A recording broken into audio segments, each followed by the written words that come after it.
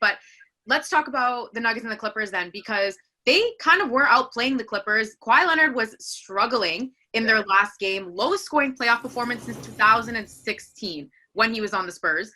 17 turnovers for the Clippers in that game. Paul George had 22 points. Like, this guy, he's not performing to the all-star caliber that we know him as. So what is going on? Like, you guys were just about to have that debate, so continue. Playoff P, baby. Playoff P. More like poverty. I did not believe you, but I believe you now. Thank you, Shay. Thank you. Listen, you're welcome. You're right. Just saying that because Ray's not here. I know that's what you're saying right now. But no, I think, look, the issues with the Clippers is that some days they're just checked out, in my opinion. Some days they're just not ready to play. And that's an issue going forward for a championship team. I think when you have a guy like Kawhi, he's always going to kind of just do his own thing, but also be a leader in kind of like follow me, but not listen to me kind of leader, if you know what I mean.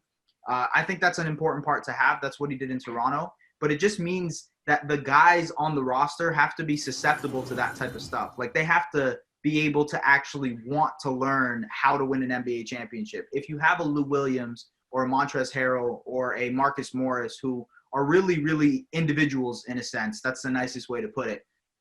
They're not going to be – they're going to want to do what they do on the basketball court, and they're not going to think about the whole team. And I think that kind of bites them in the butt a little bit when it comes to the Clippers. But that's just my opinion. I'm not sure. What are we talking about? Like, they're not a team. They're not a team. What are we really talking about here? We're talking about a favorite to win the championship. Are we really going to go down this road? Yes. Let me address playoff P for a second. Oh boy. Yes, in Indiana he was great. In the West he's had some struggles. But I'm gonna play you guys a picture because that first round I'm not even gonna count it against him. And here's why. You break up with your ex-girlfriend to get a stripper pregnant. Oh my God. Hold on. Listen to this. The other player, Seth Curry, is now married to your ex-girlfriend. Mm-hmm. You are the ex-boyfriend of the daughter's coach. He is now he's under Doc Rivers. I could see why all those mental things got to him because social media. Wouldn't that have been the case the entire season? Sorry? Wouldn't that have been the case the entire season? Because he's his coach. Yes, it is his coach, but now you're now face to face with your your ex-girlfriend's husband, who's talking smack to you, saying you're trash.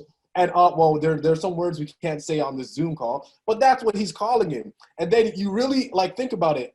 If I'm a father and there's and a coach, a player dated my daughter, deep down I'm still not going to be happy about it. So maybe Doc Rivers gives him some side eye from time to time, and it's in the back of his mind. He's like, "Oh, damn! Like this is what happened." Like stuff like this does happen. So the first round, I'm not gonna give it to playoff P. Like I'm giving him a pass. In this series, he's been fine. The Clippers are still gonna win in 6, so it doesn't even matter. The Nuggets, honestly, the Nuggets just don't have enough. Shay, no, they don't. They don't. I agree. About that, about the whole drama, ex-boyfriend, ex-girlfriend, daughter, I was watching your face. I think me and you are on the same page as this, and that needs to try again. Get out of here, man. When you break up with someone, do you want to be next to their family every day, or do you want to go somewhere else? Well, he thought of that. But you get a pass. You can't just have a pass. Like, that makes no sense. I guarantee you guys still think about your ex from time to time randomly. And it's not even that he doesn't think about his ex. His coach is the ex's dad. So he has to think about it every time. Come on, man. You gotta cut him some slack, man. It's not easy. I guarantee you, I don't want to see my ex's dad every day in the bubble. But do you care enough, or do you just want to win a championship? Yes, you want to win a championship, but it's shown that focus in and get it done. It's not about this ex and drama and family. We all have problems. We all have drama. Not everybody's a robot like Kawhi. We can't just turn it off. He has human feelings. I don't know if you guys can see my heart, but he has feelings. He has feelings, man. You can't throw that out. You can't do that to a guy that holds on to feelings. I mean, if he wants to hold his feelings, he can lose and go home and hold on to his feelings. Because Kawhi Leonard will still carry them. All Paul George needs to do is average 22 points, and they'll be fine. The Clippers have 2 6 men of the year on their bench. No team has that. I agree. I think they have depth. However, I don't think it's going to carry them as far as they have potentially hoped. I'm just a little nervous. You think they will get past Denver? I think they will get past Denver, but that's as far as I think they're going to go. That's as far as I think they're going to go. They're just not – there's something off with that team.